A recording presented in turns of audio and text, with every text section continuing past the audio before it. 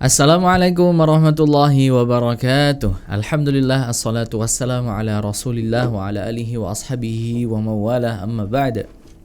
Puji syukur kehadirat Allah SWT, juga salawat dan salam kepada Nabi besar Muhammad sallallahu alaihi wa ala alihi wa ashabihi wasallam. Balik lagi sama aku Hanafi di channel Akademi Tahsin. Kita lanjutkan kembali buku TTG-nya, Tilawah, Tajwid, dan Gharib dari Wafa. Sebelum kita lanjut ke materi Gharib yang terakhir, sebelum terakhir lah ya, dua sebelum terakhir, poin nomor 9 atau 11 ya, 9, 10, 11 antara itu ya. Nah, sebelum itu silakan sahabat Quran semuanya yang baru berkunjung atau baru nonton video ini dan belum subscribe, boleh tolong subscribe dulu Akademi Tahsin. Hidupkan notif dan channel, hidupkan notif dan loncengnya biar kalian semua dapat notifikasi kalau kita upload video-video terbaru ya. Oke, kalau udah langsung aja kita buka ke halaman 186.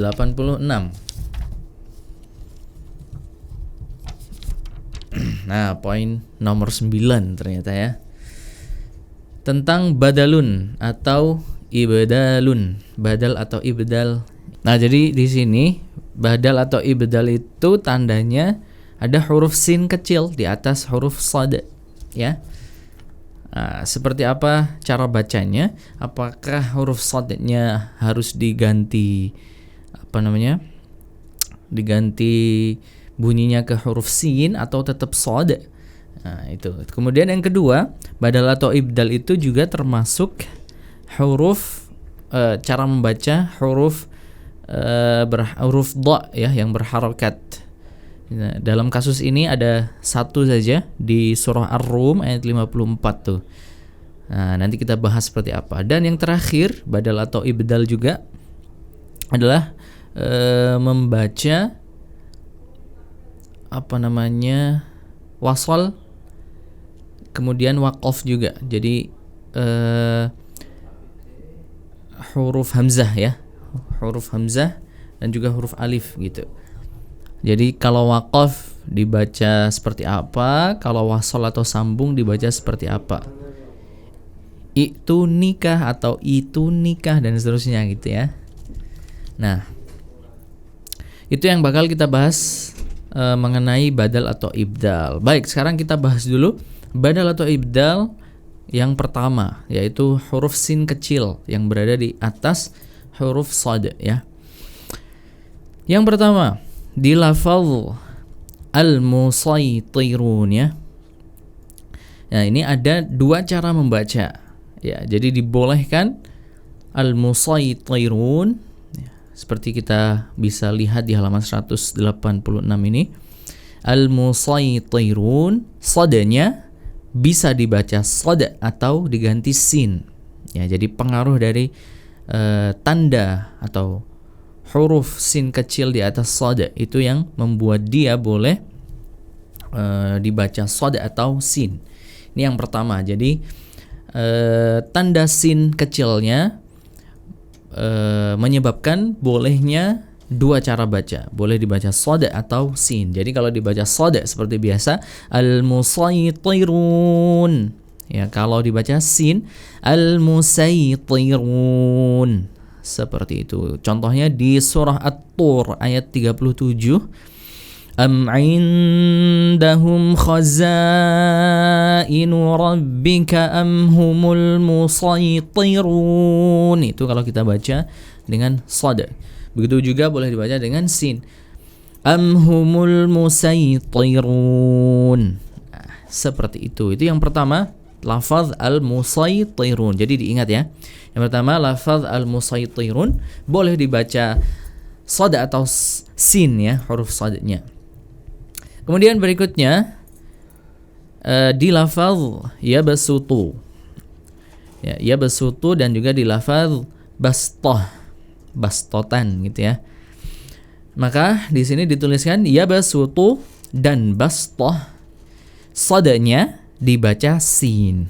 Nah, Kalau yang tadi boleh dibaca dua-duanya di lafaz al-musaytirun, kalau di bastoh dan yabasutu itu huruf sin kecilnya menyebabkan huruf sodnya yang ditunggangi huruf sin kecil tadi dibacanya diubah menjadi sin semuanya, ya.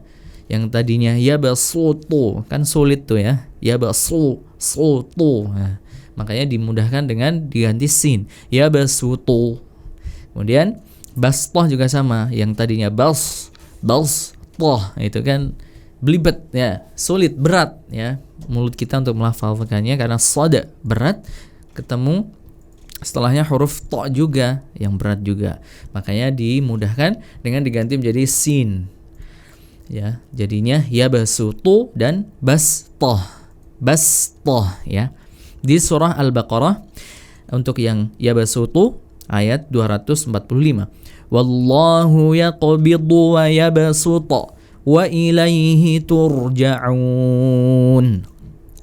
Kemudian kalau yang bastoh di surah Al-A'raf ayat 69, wadhkuru idh ja'alakum khulafa'a min ba'di qaumi nuhin wa zadakum fil khalqi bastoh. Jadi pakai sin, bastoh, seperti itu. Kemudian yang ketiga bimusaytir ya, bimusaytir sodenya tetap dibaca sode, jadi bukan bimusa, bukan dibaca sin tapi dibaca sode, tetap bimusaytir. Jadi bimusaytiri dibaca bimusaytiri.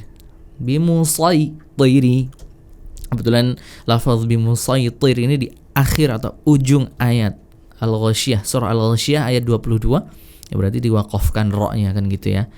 Lasta alaihim bimusaytir, ya tetap dibaca sad.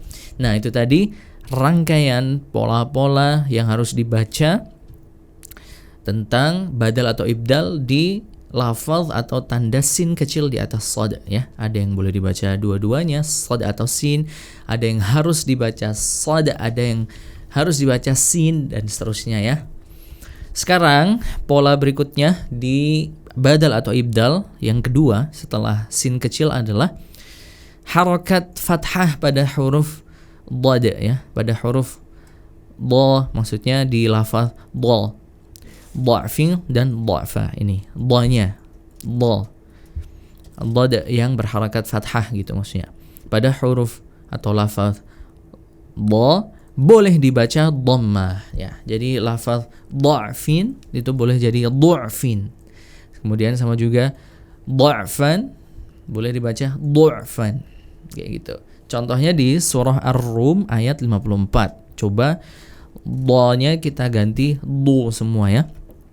Allahul ladzi khalaqakum min du'fin thumma ja'ala min ba'di du'fin quwwah thumma ja'ala min ba'di quwwatin du'fan wa shaybah yakhluqu ma yasha'u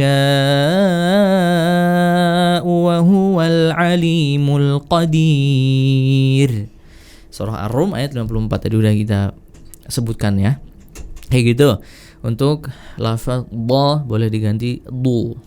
Kemudian pola terakhir atau pola ketiga di badal atau ibdal ini, gharib badal atau ibdal adalah cara membaca fis samawat ituni dan fis samawati tuni. Ini kayak apa sih? Coba kita perhatikan di kotak ini. Harusnya kan tulisannya ituni. Ini karena kita dipotong ya. Ituni. Kalau kita langsung buka aja surah Al-Ahqaf ayat 4-nya biar lebih jelas ya. Jadi kita kan boleh berhenti di fis samawat gitu kan. Kalau misal nafasnya nggak kuat nih, fis samawat berhenti. Nah, cara membaca ketika waqaf di fis samawat ya, maka baca ituninya ini menjadi ituni gitu. Makanya di sini dituliskan jika waqaf dibaca fis samawat ituni gitu. Maksudnya jika waqaf itu waqaf sebelum lafaz ituninya. Artinya waqafnya di fis samawat waqaf. Nah, itu yang dimaksudkan jika waqaf ya. Ituni gitu. Tapi kalau wasal artinya disambung, nafasnya kuat gitu ya, panjang, kuat. Maka dia nggak berhenti di fis samawat, tapi disambungkan. Fis samawati tuni. Nah, baru disambungkan ke ta yang berharakat kasroh ini masuk ke hamzahnya langsung ya. Jadi bukan fis samawati ituni, tidak seperti itu. Tapi i-nya sudah nggak ada, langsung ke hamzah ya, hamzah sukun ini. Fis samawati tuni, kayak gitu ya. Insyaallah seperti itu untuk prakteknya, ini karena panjang ya. Gak apa deh, kita baca aja.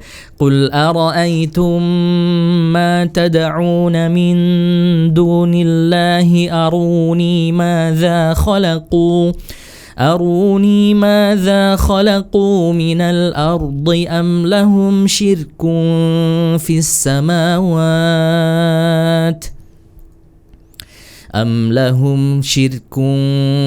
السماوات ائتوني بكتاب. Itu kalau kita wasalkan, kita sambungkan. Sekarang kalau kita berhenti di fis samawat, am lahum syirkun fis samawat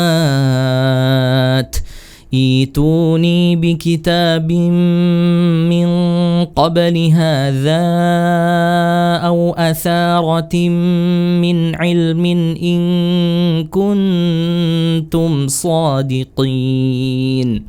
Seperti itu di surah Al-Ahqaf ayat 4. Jadi jelas ya, gampang banget.